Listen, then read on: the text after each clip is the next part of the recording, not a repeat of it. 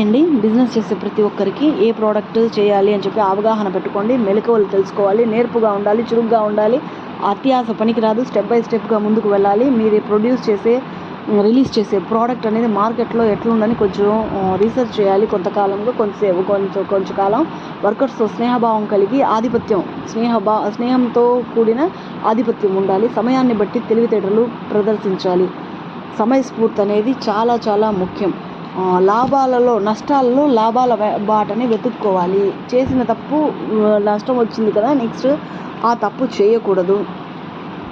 Profit వస్తే మునగ చెట్టు ఎక్కడం, లాస్ వస్తే అధఃపతానికి తొక్కడం అని కాకుండా మైండ్ని ఎప్పుడూ స్టేబుల్గా పెట్టుకోవాలి. స్టడీ మైండ్ అనేది ఉండాలి. ఎమోషన్స్ని కంట్రోల్ చేసుకోగలగాలి. స్టాక్ మెయింటెనెన్స్ ఉండాలి. రియల్ టైం ఎక్స్పీరియన్స్ స్కిల్స్ కలిగిన స్టాఫ్ అనేది వాళ్ళు ఉండాలి. వాళ్ళ చేత ఫ్రెషర్స్కి guidance ఇవ్వగలగాలి.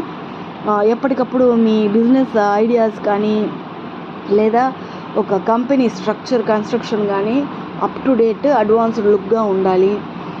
Motivational leadership, understanding speech and delivery అనేది ఉండాలి. టైం మేనేజ్మెంట్, ముఖ్యంగా టైం మేనేజ్మెంట్ అనేది ఉండాలి.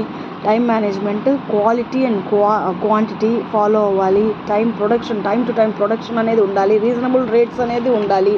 అట్లయితేనే మనం మార్కెట్ అనేది జనాల్లోకి రీచ్ అవ్వగలదు. Keep on new learning things, ఎప్పుడు కొత్తవి తెలుసుకుంటూ ఉండాలి. బిజినెస్ రూల్స్ గురించి, బిజినెస్ థింగ్స్ గురించి, బిజినెస్ మేనేజ్మెంట్ గురించి అవలంబన అనేది పెట్టుకొని ఉండాలి. Plus friendly nature, friendly environment అనేది అదర్ కంపెనీస్తో ఉండాలి. తప్పనిసరి. ఇది సక్సెస్ కీ టు బిజినెస్. ఏదో లోక జ్ఞానం లేని దాన్ని ఏదో చెప్పానండి, నా చుట్టుపక్కల ఎక్స్పీరియన్స్ గెయిన్ చేసి. Thank you very much.